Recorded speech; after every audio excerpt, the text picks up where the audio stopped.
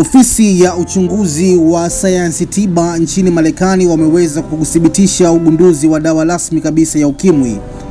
Dawa ambayo mtu atachomwa mara mbili na kuweza kupona kabisa virusi vya ukimwi. Kwa taarifa zaidi ungana nami kwenye habari hii. Imethibitishwa rasmi Marekani imeweza kuthibitisha dawa ya ukimwi kupitia tafiti za FDA.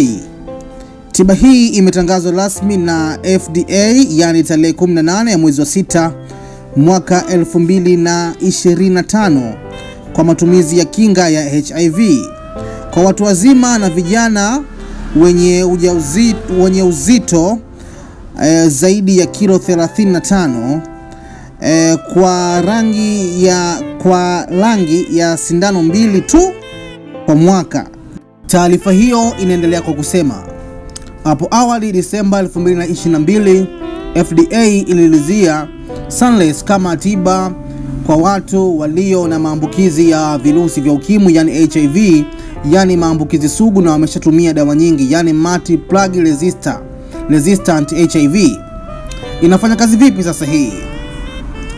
Lenacapavir ni sehemu mpya kabisa ya tiba ya HIV. Inaingia hatua kadhaa katika mzunguko wa maisha ya virusi ndani ya seli, na hiyo husaidia kuvuruga utendaji kazi wake, yani kuvuruga utendaji kazi wa virusi vya ukimwi.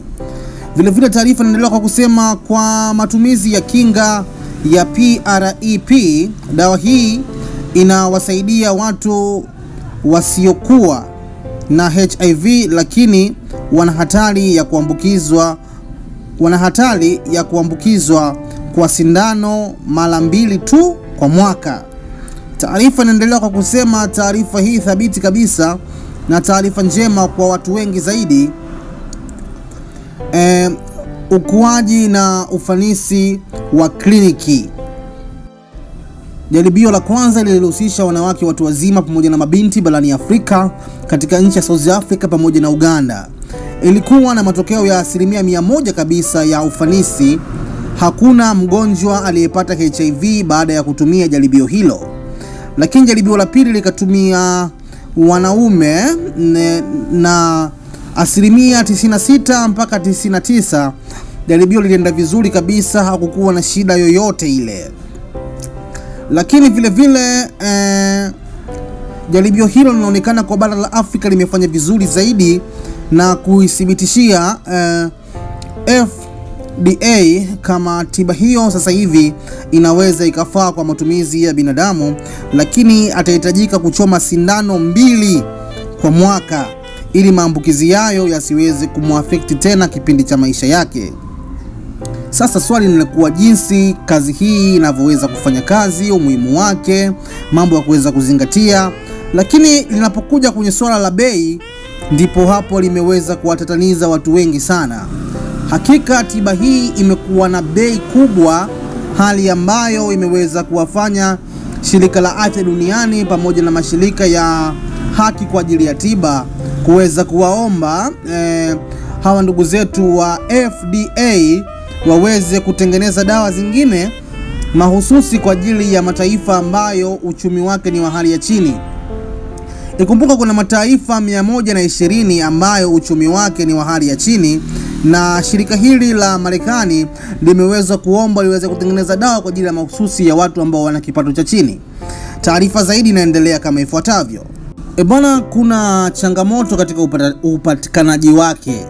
Kwa bei ya rejareja Marekani ni USDT dola, yani ni dola 28,218 kwa mwaka.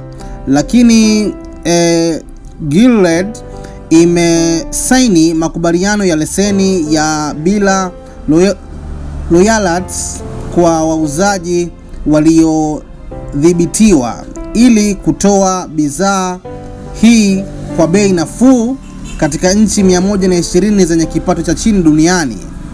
Kutokana na kiasi hichi kikubwa cha pesa, hali ambayo ilinifanya niwashe calculator yangu na kuweza kupiga dola 28,211 kwa sasa hivi Tanzania, dola moja sawa na 2690.